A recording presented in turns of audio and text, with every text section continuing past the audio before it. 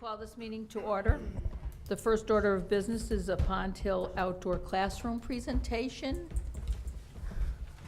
So please come on up to the microphone and introduce yourselves, and we're very anxious to hear about this. Hello, my name is Deborah Tagliatella, and I am the youth chairperson of the Wallingford Garden Club. And in October, my friend Susan Holinsky and I applied for a grant through the National Garden Club.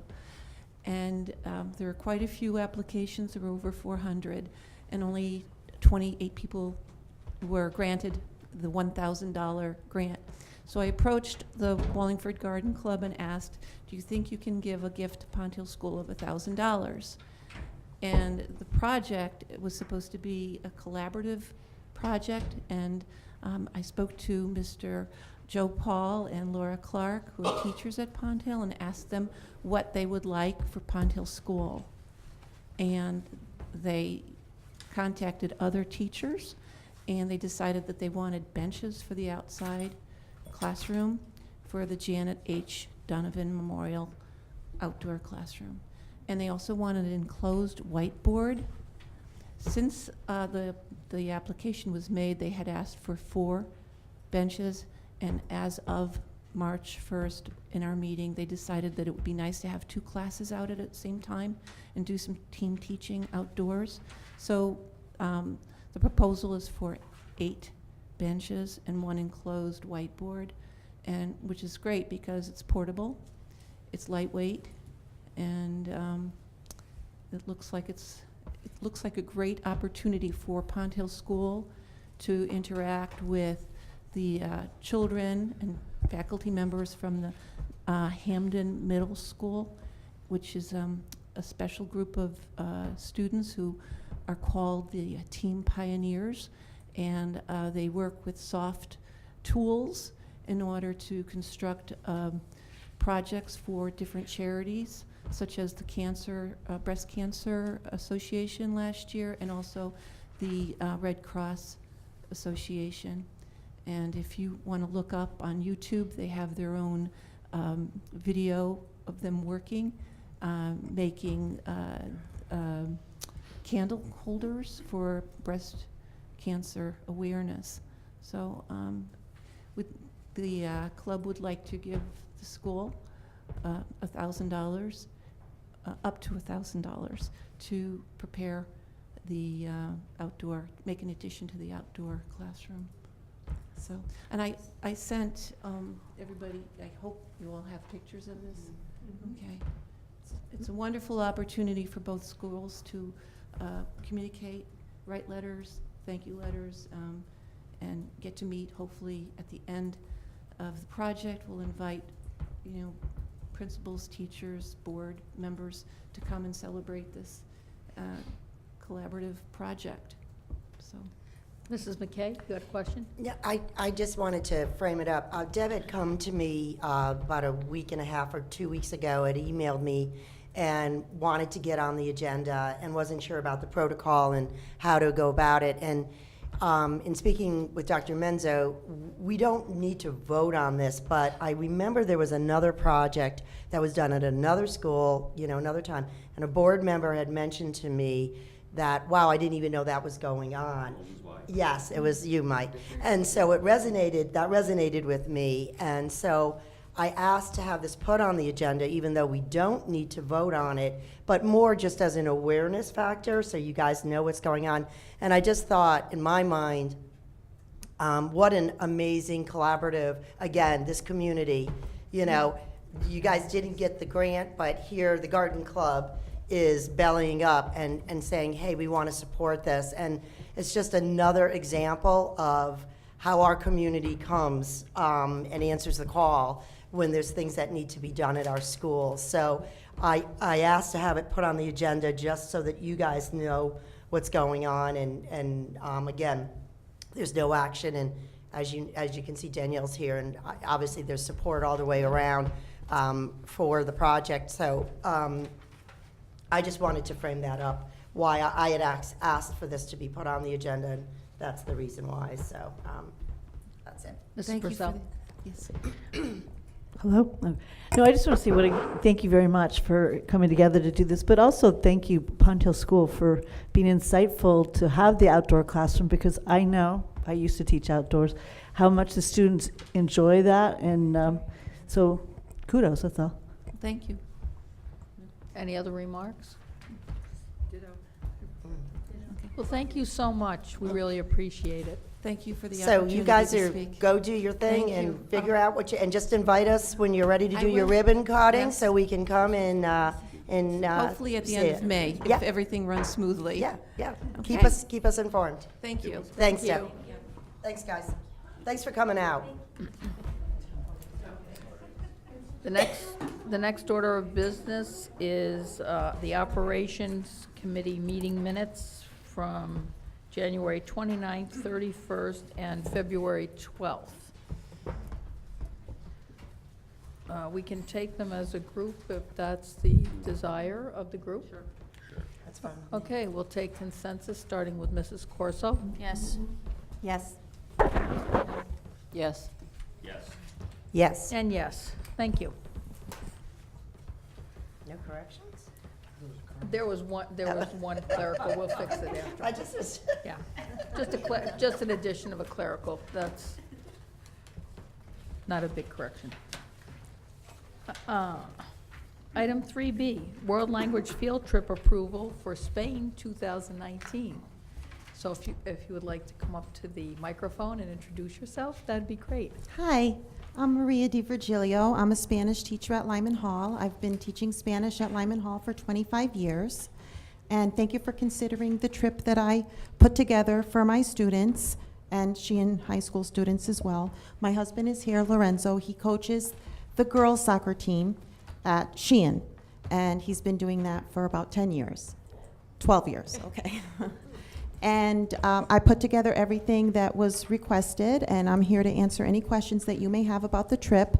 Lorenzo and I we've taken 7 trips with Lyman Hall students to Spain before, so this will be our 8th trip. The last one was 3 years ago. Do we have any questions?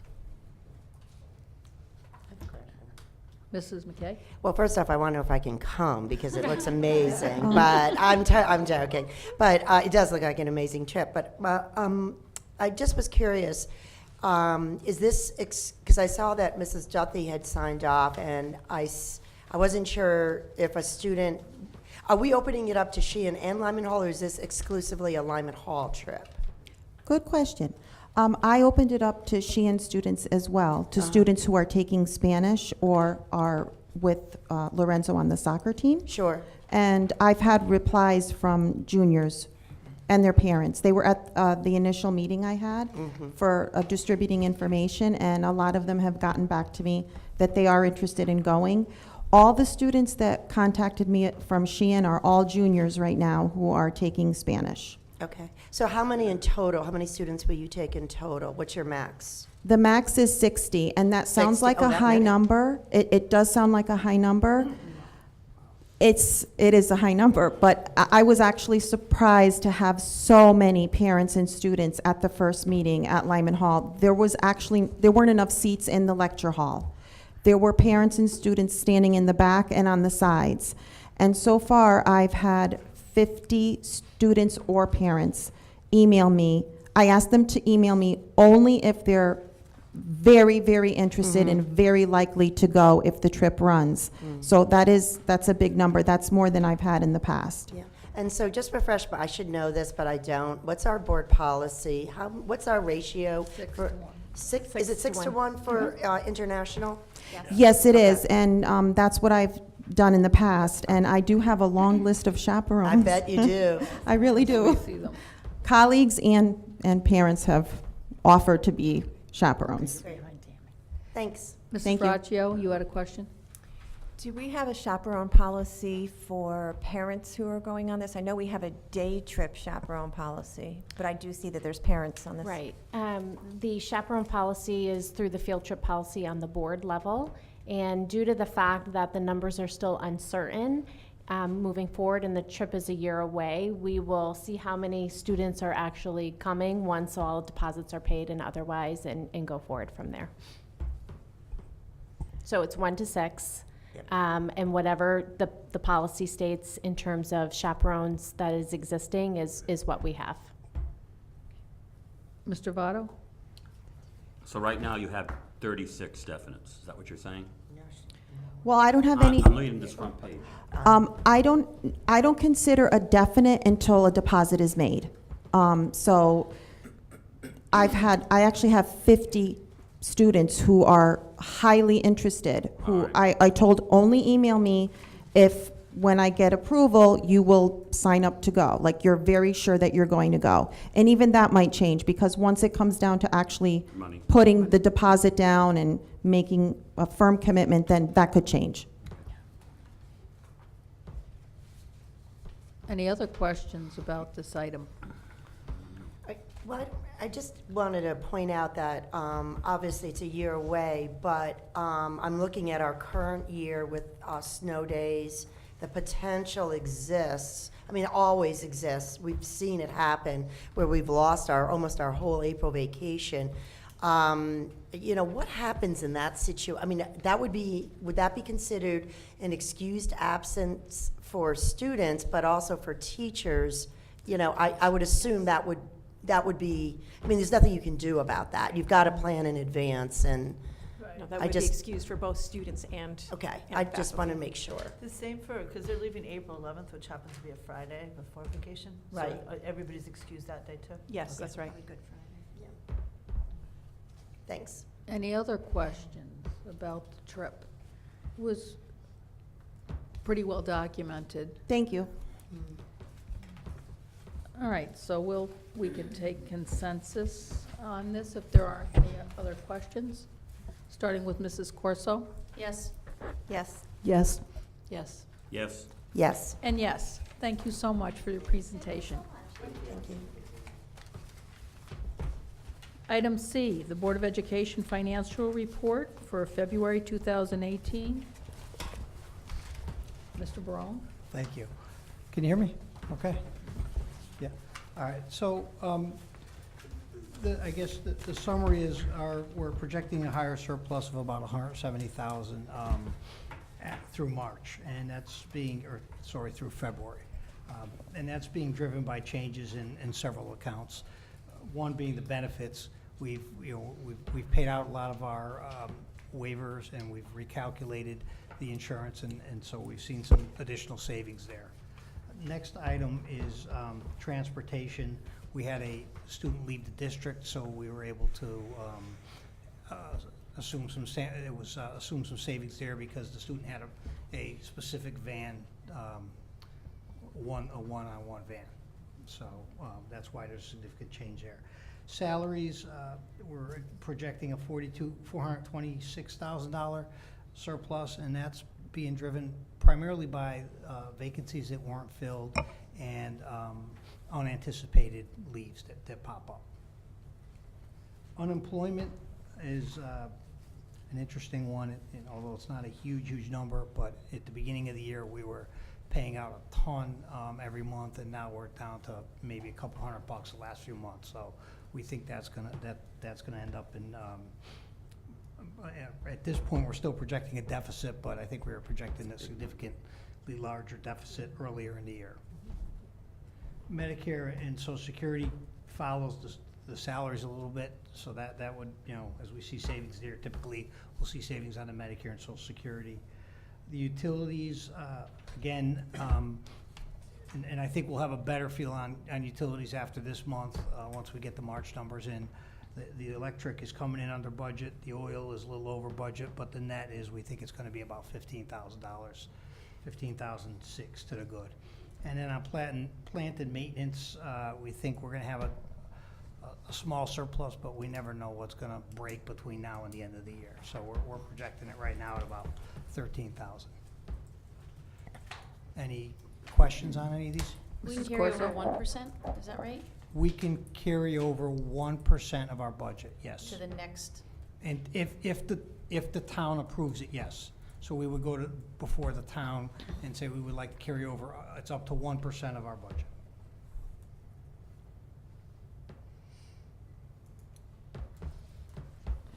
Any other questions on this page? Yeah, just, Mrs. Mike just Stella? pointed out to me, and I'm looking at it and kind of agreeing with him now. The salaries, I don't ever remember seeing such a large amount left over in our salary account. I mean, no, always we have something, because we have to have a little bit of a buffer. But, and if you look back to like October, we were at 60,000, and that seems to be kind of like, you know, where you would expect it to be, but to be almost $500,000, why? Can we explain why that seems to be the case?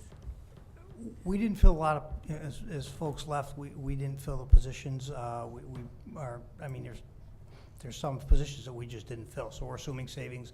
There was a $120,000 salary position that the individual left right at the beginning of the year that we didn't fill. Right, that one. So, I mean, Yeah, that's a big chunk right there, Yeah, obviously. yeah. But I guess I would say that I We did believe that grant a lot number of was leaves, more than too. $500,000 at the end of last year. And it's true, we did grant a lot of leaves too, so I guess, yeah. Okay, it just seemed It does awfully seem- high. Yeah. And just for next year's budget, we want to make sure that we, you know, aren't overstating what needs to be in that account. And but- some of that's a little bit hard to predict. So if you Mhm. have some Agreed. people who end up needing some family medical leave and they're early on in their careers, they take the time and they're entitled to it under family medical leave, so it doesn't come before the board. Mhm. It's simply, they're entitled to it by law, but if they haven't got that accumulated sick time, they get that time unpaid. And so Got there's it. a savings in the salary line for that reason as well. I think And that those are really explains it, difficult to Cindy. I think predict. it's, like you just said it, some of this doesn't come to the board, so we're not aware of it, so, Right. okay, that explains it. Thank you. Any other questions on this particular page? We can go to the Munis report. Yeah, the Munis report's really more just for backup. We have posted the excess cost grant, the portion we received, but we posted it in March, so you won't see it on this report, because we run this report through February to align with when we made our projections. So you'll see the negative 2.6 million will look quite a bit better next month. Hope so. Any other questions on this sheet? Seeing none, we'll take consensus on C1 and C2, the financial forecast and the Munis report, starting with Mrs. Corso. Yes. Yes. Yes. Yes. Yes. Yes. And yes. Thank you. We're on item D, the cafeteria financial report for February 2018. Mr. Mencher? Can I do the D1? Okay. So the D1 is the new report we configured last month. We changed it a little bit. We just put the meals and the meals per day at the bottom of it for this month. I think we've got it formatted, I think, where we want it. My initial hope was that with the meals counts on here, we could get rid of the second page, but I don't think we're gonna, so I think we're gonna end up showing that D2 report also every month. But my initial thought was, we put the meal counts on here, maybe we could eliminate it, but I think we're better off having both reports for now. So, you know, basically, we have the current year and the prior year comparables. We had one more serving day this February than last February. And we had no, what I call intermittent revenues. The intermittent revenues being the healthy foods check and the breakfast check that the state gives us that we account for when we receive it. So it was a pretty good apples to apples, I would say, between the 2 months, and we had a good month. We had a profit of almost $12,000, and, you know, as opposed to a deficit of about 15,000 last month. So, you know. Could you just point out where exactly what line you're speaking? Okay, so if you Is go there to asking? profit and loss, it's about halfway down. Okay. All right, so, Got it. Just for Okay, clarification, so sorry, everybody yeah, knows where we are on the okay, sheet. I just jumped down to that. But, you know, I think, you know, it's a good month, I guess, is the best way to put it. We had one extra day, but we also you know, even without that day, we would've had a profit this month. Yeah, Our- because how many snow days do we have in February? That's a good point. 3, 4? I think we might have two, but they, In March, March March was is- last. March, yeah. March and January. Yeah, we had, yeah, January was tough. But, you know, we did have one extra day. February is typically a shorter, because of the vacation and all. Yeah, But, you know, so our revenues, our sales, our reimbursements came out to 149,000. Our expenses were 137,000. And a couple of things I'll point out on the expense side.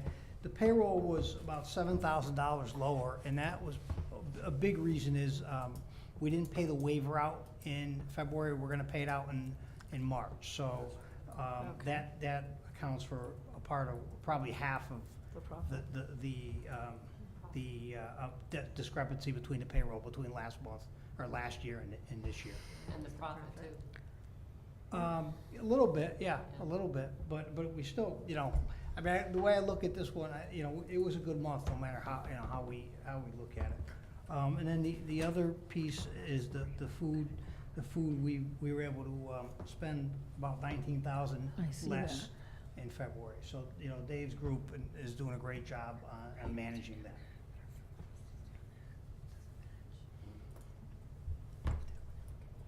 Yeah, that's a Was that last huge, comment? that's a huge number, the reduction.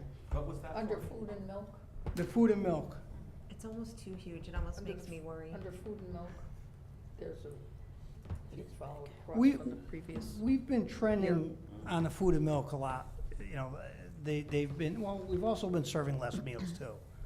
I know, but our Yeah. meals are down 89% from last year, and our food and milk costs are down 78%. Yeah, it's a big disparity. Hmm. Hmm.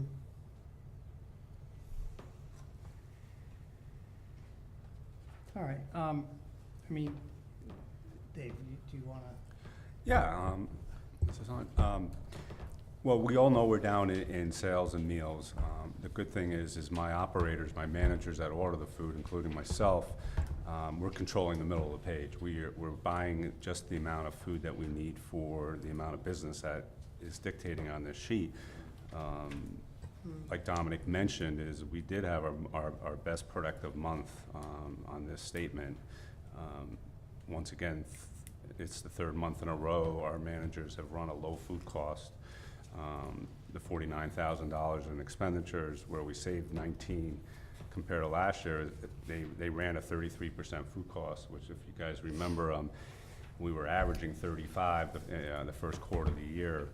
And for 3 consecutive months, they've really sharpened their pencils and done a great job managing, I call it managing the middle of the page and ordering what we need for the business that's coming in. How much of an impact is the inventory at the warehouse taking? We've taken a little dip in the warehouse withdrawing off of the inventory, which is what we want to do. There was a good amount of food put in there when I took over this summer.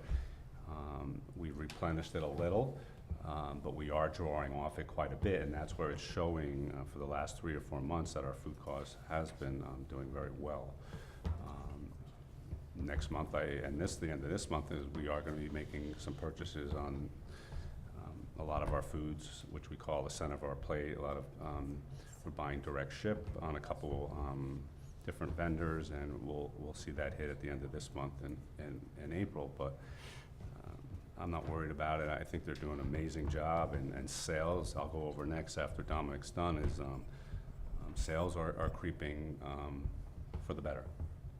And we notice that through the variance on the next sheet that we'll go over. Mrs. McKay had a question? Yeah, I'm just curious, so when I look to the year-to-date, it was in, I don't know exactly when the Board of Ed made its contribution, but I guess it would suggest if for 16-17, it was the 38,724 was done in February of 2017. But why wouldn't it be in the current month, like show for the February 16-17, that 38,724? Should it be there? Or It's actually That was October. actually, that was contribution was made in October Right. of 2016. Okay, I guess then, So then, is that correct to have it listed in the year-to-date, or that's there every month? Because that was It's made. there every month because we Okay. made it, if we. In as long- the beginning yeah, of the It wouldn't have year. been there in September if we had this Right, report in okay. September. Okay, I understand. Okay. And we carved it out to show the difference because. Right. Obviously, that was a lot of money that we didn't get. Right. Mrs. Raccio, you had a question?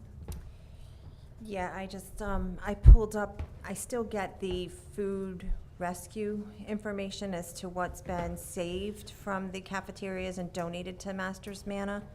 And going back to the reduction in the food costs for food and milk, this year, and I mean, it's great that we've donated to Masters Manna, but in the beginning of March, we've donated 7,356 pounds of food that children didn't eat in the cafeterias. So it's our first full year, so we don't really have anything to compare to. But I almost wonder if it bears a little bit of investigation as to what the kids aren't eating, and then revisit, if we buy something that's a higher product quality or cost, are they gonna eat it instead of donate it? I'm just still concerned that that's such a big drop. You mean increase, right? No, drop in cost. So I'm wondering, the are we food buying cost. things that they're not eating? Well, Tammy, we're doing about 1,900 meals a day, and if you multiply that by the amount of serving days, that's a lot of meals. We're doing over 35,000 meals a month. And when you have students in line and they're taking food, there's gonna be some waste. That part we can't control. That's family values, I think, the way that we were brought up, and finish your food and don't take it if you're not. So if anyone has some good ideas and that want to bring it back to our committee, we could talk about it too in the strategic planning. Well, we can. Mr. Votto and then Mrs. Castelli. I just want a clarification again. Under the current month column, under food and milk, so we purchased this February $49,000 worth of food, whereas the previous was $68,000, and that's the $19,000 difference. Now, do we attribute that to, number one, we're not selling as many meals, so we're not buying as much food? Could that be? Correct. Okay. Correct. And I thought you sort of said that the second reason is our managers are a little more careful in what they purchase because for cost savings, number one. In other words, if there's two different kinds of chicken meat, you're gonna buy maybe the lower cost. Well, I'm not saying we do that, but what I'm trying to get at is that are they scrutinizing what they're buying now a little bit more and maybe just buying those things that they know the kids are gonna eat, so therefore that might reduce the price or cost? Sure. I could answer most of that, Mike. A good part of my job on the procurement end is exactly what we're talking about. I work considerably, numerous amount of hours a week with the vendors and see what is the best product that we need for our menu, and we do an analysis, and we revisited it, and that's one of my strong points is the procurement end. And I think with all the hard work, it's finally paying off, and I communicate it to the managers. We update our order guide every week, and we're doing some good things there. We have a lot of good people. So it's working. Yeah, it's working. And with, just like Dominic said, with just the one serving day more, they still did a great job in purchasing food, and we've lowered it. But, we took a big chunk out of the warehouse, I'll agree. We didn't have to spend for quite a bit of the main items. We're drawing off of that inventory. Yeah. And I don't like to keep a large inventory, and we're gonna keep it at a manageable rate for the rest of the year. Okay, thank you. Mrs. Castelli? Yeah, I agree with Tammy. It might be helpful to know what food is being donated, and I'm very particularly interested in knowing if that food is what is being required of the kids to take because of federal guidelines. I'm sure it is. Because I think that would be important data to then be able to give back to whatever agency it would be, to say, this is what's happening with the food you're telling us the kids have to eat, and how much of it is being wasted. Not that it's being wasted because we are donating it, thank goodness for that, but it is an expense to us. And if it's just inappropriate that we're being forced quote-unquote, to give this food to the kids, or the kids are being forced to take it. I think that's good data to have. It's a good valid point, and it is, Kathy, is the mandatory fruit or vegetable for the lunch reimbursable meals, is that's where we see a considerable amount of it, whether it's an apple, a pear, that's where we see most of it. Usually if they open up a milk, they're gonna drink at least half of it, They're not gonna donate an open milk. right, no, I mean, Yeah, just or saying the- yeah. is that. But I think it would be there's nice to certain be foods. able to really, just really have it documented, that this is what is happening with this food, that we're being forced to give the kids, that they're being forced to take, and that's ending up in some districts in the trash, and luckily in our district, it's being donated, but maybe universally across the nation, they need to look at this, and maybe we could be the spearhead of giving them some feedback. Sure. Mrs. Corso, did you have I a? was just gonna say the same thing about the stuff that kids are forced to take, and are probably then Yeah. donating. You probably could just ask the managers quickly, what Mm-hmm. do you see the most? What's the most stuff that's getting trashed? Fruit. I think it's the hand fruit, we call it hand fruit, just the apple, orange, pear. Yeah, that's what I yeah, thought. That's exactly, if you look in the trash cans, and I do, and I talk to the custodians too, and.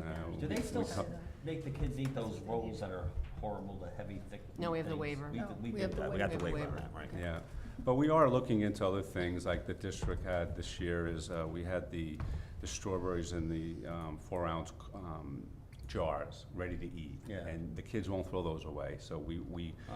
I allocated more federal US dollars for next year on those type of items, and they really How about, enjoy like, those. Little fruit cups and stuff like that, like the canned fruit. I'm not big on the canned fruit. You're not, or the They kids don't, aren't? that's another prime example, the don't mixed like it. fruit cocktail. They don't like We had too much of it in the district, and it's going away, so I did not order that for next year through our USDA federal I like foods, and finding it, where they'll eat a canned peach instead of the fruit cocktail.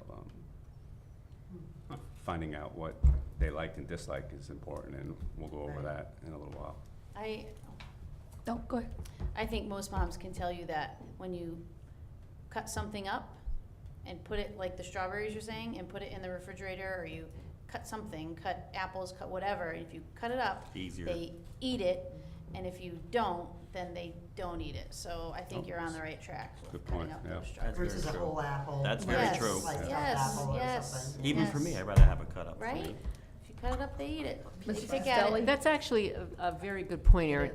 Is it possible when we're giving them an apple, because I'm the same way, I won't eat an apple, but I'll take my little apple cutter thingy and I'll sit there and eat it. Can we offer to cut it for the kids, to see if they So would then here's a- eat it? Here's an answer for you, Kathy. Our USDA produce, we get every Friday from the government. We pay market value, and it's pretty much, we don't pay for it. We just assume a market value. And we've been buying a 2.5-ounce cut apple in a bag. And we've noticed a considerable increase in those orders from my manager. So we are buying less whole apples from the government, and we're buying the apple slices to include the strawberries we talked about. And Good. but yeah, and they are cutting the oranges up in the No, good. elementary sector, Good. so they're not getting whole orange, because we know they can't. Okay. Mrs. Raccio? I know Mr. Ross was participating in a reading event and spent a day in the cafeteria at one of the pre-K to 2 schools, and mentioned that some of the menu items, they don't give, for obvious reasons, knives, to even the plastic little knives in the Yeah, Ray K spoke to 2. me, he came in, we had a nice little chat the other day. Okay, Yeah, all right. I know So all I'm, about it. like the disc of sausage, they have to Yeah. pick that up with their hands and eat it and stuff because they can't cut Yeah, it. So we're taking care maybe of we that. could kind of look at those menus and make them K to 2 friendly. Absolutely, Awesome. yep, we have it already in place, it's on our managers meeting agenda I for should have next known week. Ray was on it. All right. Any other questions? Do you want to, we're going to go down to the meals served on this sheet? I would prefer to go to the next sheet for the Oh, meal going served, to the 'cause next sheet, okay. the D2. And you can see the trend, and you know, last month we added that per day variance, and that cuts both ways. You can see it looks like, if you look at the meal variance percentage, looks like we sold 1% more, but that was driven by the extra day. In February. So we're about 4.5% below last February's sales. But the trend is still, I guess it's going in the right direction again. We had a little bump in January where it went 5.3 to 6.8, and now we're down to 4.58% on sales. So we are trending in the right direction. We'd like to trend faster in the right direction, but at least we're heading in the right direction. And this, I guess, when I looked at this, that's when I realized I like this worksheet to just look at the trend. Yeah. I like it too. This lets us see that. I mean, the revenues, the expenditures, I think are better on the first page because there's more meaning when you know what's in the number, and you can see a profit and loss by month, but I think we need to keep this to show where we are with our sales. Look how close those are. Any questions on this sheet? No? Okay, we can move on to D3. D3 sheet is the participation sheet, and we're not going to go over it into its entirety, but the ones I always highlight is the average meals per day, which is on your top header. You'll see it. On a positive note, the elementaries, all the elementaries except one school increased for their average meals per day. Not a great deal, but anywhere from 4 meals to 10 meals a day. So that was a nice figure. So the 1,053 average meals a day is the column, is the total, and it's an increase of 43 meals compared to last month, January, which once again is an average figure per day. It was nice to see the elementaries increase. The secondary schools pretty much stayed consistent on the same as last month. The 2 middle schools and the 2 high schools. Well, actually, the high schools we really can't compare to January because of the 4 days missing of the meals due to high school testing. The other sheets are just statistics and averages.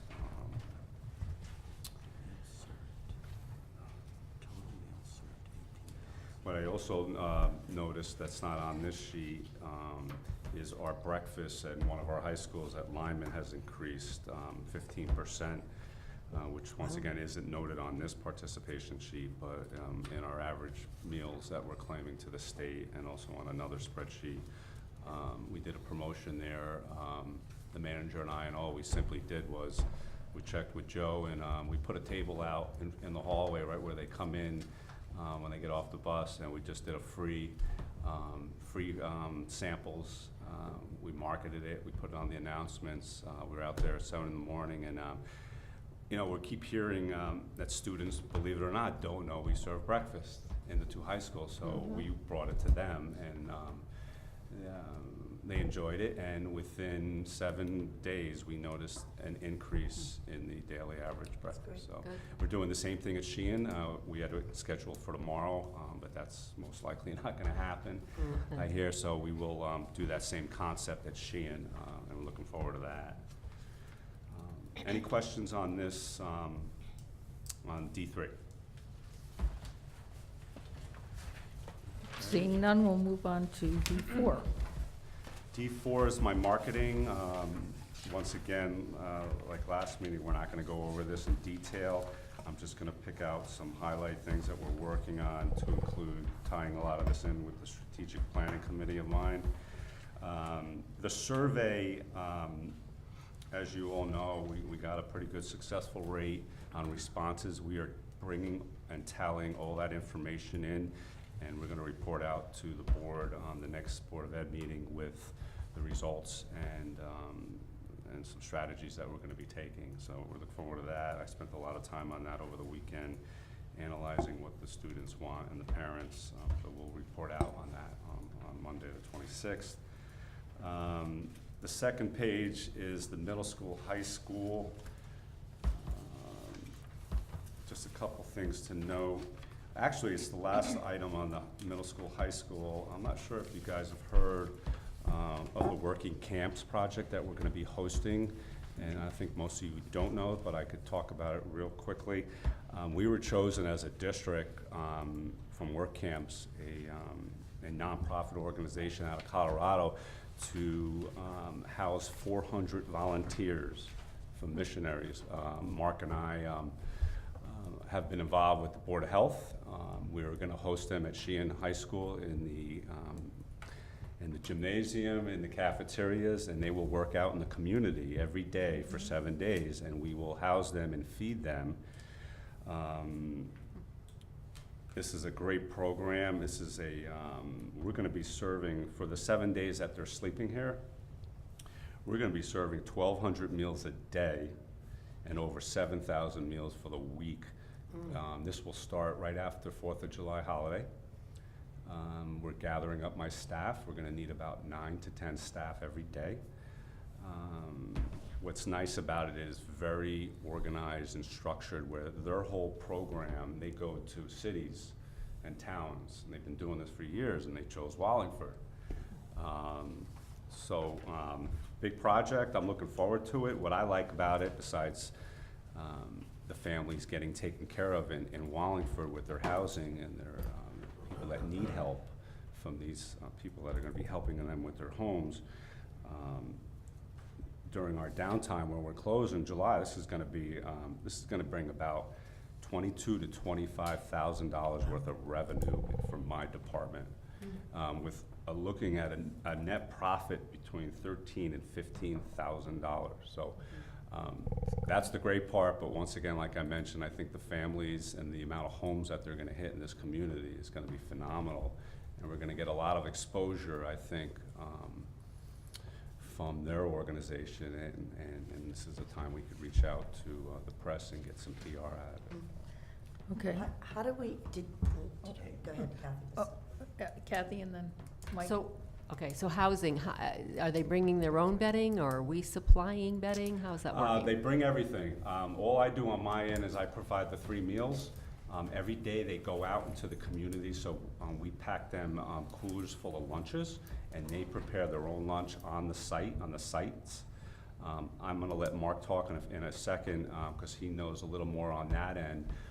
But we will feed them breakfast every morning at 7 o'clock, and we feed them dinner every night with 2 different shifts of my staff.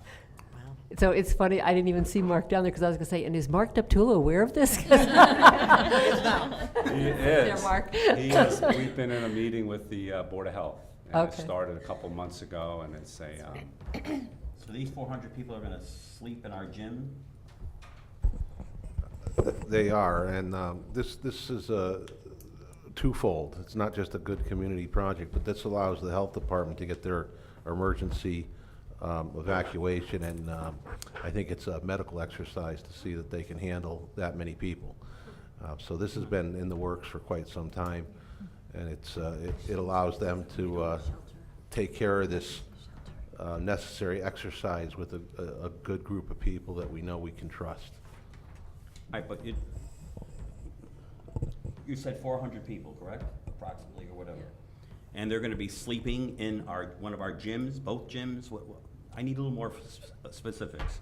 I can forward you information on the program. They're still working on specifics. That was my next question. I mean, How about bathrooms and showers? We can accommodate that? We have more than 400 kids in the school. They don't sleep here. No, but they have gyms. We can accommodate their needs. We've gone through pretty much every aspect of this with the group, and this is a group that does this every year. So they're very well voiced in what they need and what the requirements are, and that was one of my big concerns when this was first brought up. That's why I was kind of chosen to meet with the health department and go through this and just make sure that it was feasible. And I did a pretty thorough background check. This is a good organization. I wouldn't say that for every organization that wants to use our facilities, that's for sure. Mrs. McKay? yeah. So did we apply for this, or how, they came knocking on our door, or I got, This was brought to our attention by the health department. And they are tied to a church, a local church in the okay. community.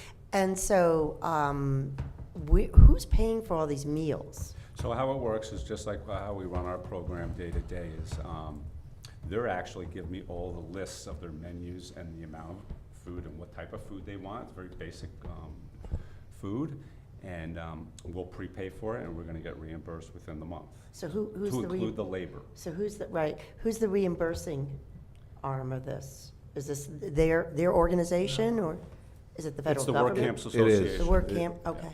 The individuals that participate in this actually pay to participate in it.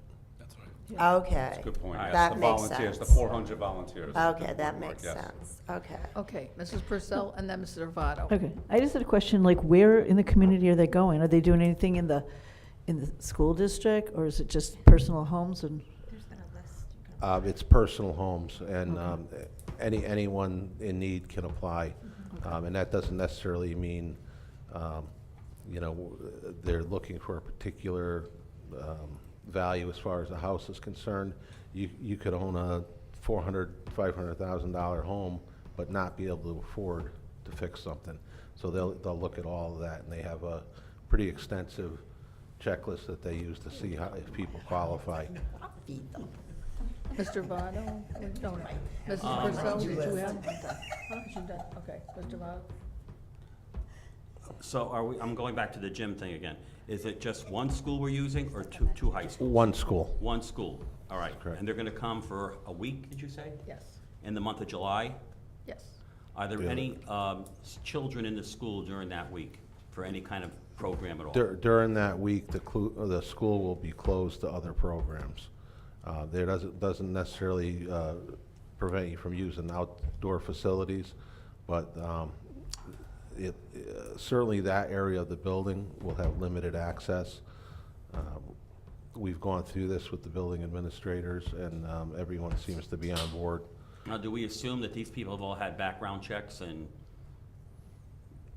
you have to be concerned, I think, about everything. As far as I know, it's not a requirement, but I can check into that. I'll get you an answer. Yeah, I would be interested in that. And there was one more question, wait a minute. So after a particular day of work, then they're free to do what they please that night, or I guess they don't have their own cars and stuff, they just come with a bus, I guess. Is that the way it works? Not sure how they're getting there. They provide transportation to and from, but it's, their activities are controlled. It's not like in the evening they're going to be cut free to do whatever they want. That's not how they work. What are the ages of these people? Are they like It's college-age a kids? Are youth they program, adults? It's a youth and program. I did attend an event this past year, and I'm thinking they're mostly high school age kids. Okay. Wow. Mrs. Castelli? High school kids, okay. Mrs. Castelli? I forgot what my question. Oh, insurance. So from a liability perspective, the group that comes, they all of a sudden somebody claims somebody stole something, whatever, or they get hurt on our property. So yeah, so do we have to notify our insurance carrier? Is it automatically covered? Do we? They have their own insurance policy, and that's already been given to the health department and risk management. So that was one of my concerns too, is, if something's damaged, what happens? Right. They have a set plan on how to respond to that. So if the group damages something, all we have to do is present it to them, and they'll do the paperwork and file a claim, and we would get reimbursed, whether it's something that was damaged or something stolen. But Okay. they really, in speaking with other communities, there have been no incidents. As far as thefts go, damage to buildings, I think in the history of this particular group, I think they've had one building that may have had some damage, but it was taken care of. It was very minor. Okay. Thanks. What's also nice to know, Kathy, is last summer they were in Woonsocket, Rhode Island, and the Board of Health, Eloise, told me that I should network with them, and I did it immediately. And the company I used to work for did that project, so I spoke to the food service director for over a half hour. She gave me all the ins and outs, and she gave me a bunch of documents and stuff that would be very useful for us to use. And she talked very highly of them, so Great. I know we're in good hands. It sounds like, and like what Mark said, we're looking forward to the challenge, and I think it gives also my staff some extra income where they're sitting at home, Right. which is another advantage I like to see, and they're excited about it, that they're gonna be able to come in after the holiday and work and network with some of these people, and, because some of them are gonna be in the kitchen, the directors and there's a lunch person, there's a counter person that works with my manager, and it's very well organized. And Mark and I could forward you the packet that they sent us with their names, their pictures, their credentials, their resumes. It's a pretty impressive group. Okay. Okay, any more comments on that particular item? I just found the website, and we're already listed on the website under Wallingford, Connecticut, groupmissiontrips.com, and it looks like background checks are required. Group, what is it? Groupmissiontrips.com, and then if you go to locations and pricing, Wallingford, Connecticut it's a wonderful New England town, been around since 1667. With a great Board of Education. Right? Yeah. Yeah, 14 plus, 440 kids, 440 people. I'm just gonna All right, say, how are and- we getting the word out to our citizens that this is available? It's been on social media. It's been on social media? Okay. I haven't seen it. I don't I go on think they social had a media that booth much. at, there was a booth at Celebrate Wallingford outside the Congregational Church, maybe? It's the church, that's the one I believe that's Yep. sponsored. That would make sense. Mhm. Yeah. That would make sense. Any other questions about that item?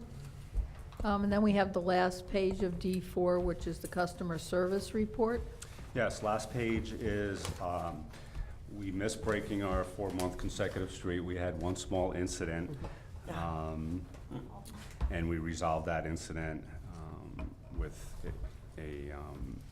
on the chain of command. My manager called me, took care of it. I received the facts. All these incidents, if there are any, are a concern, and I immediately called the school, got the parent phone number, spoke to the parent, and I also obviously spoke to the principal what was going on, and she also followed up with a call to the home. It was a very small, slight incident, nothing to be alarmed about, and that was the one incident for February. Is there any questions? Any questions? Okay, seeing none, we'll take consensus on the cafeteria financial reports. Mrs. Corso? Yes. Yes. Yes. Yes. Yes.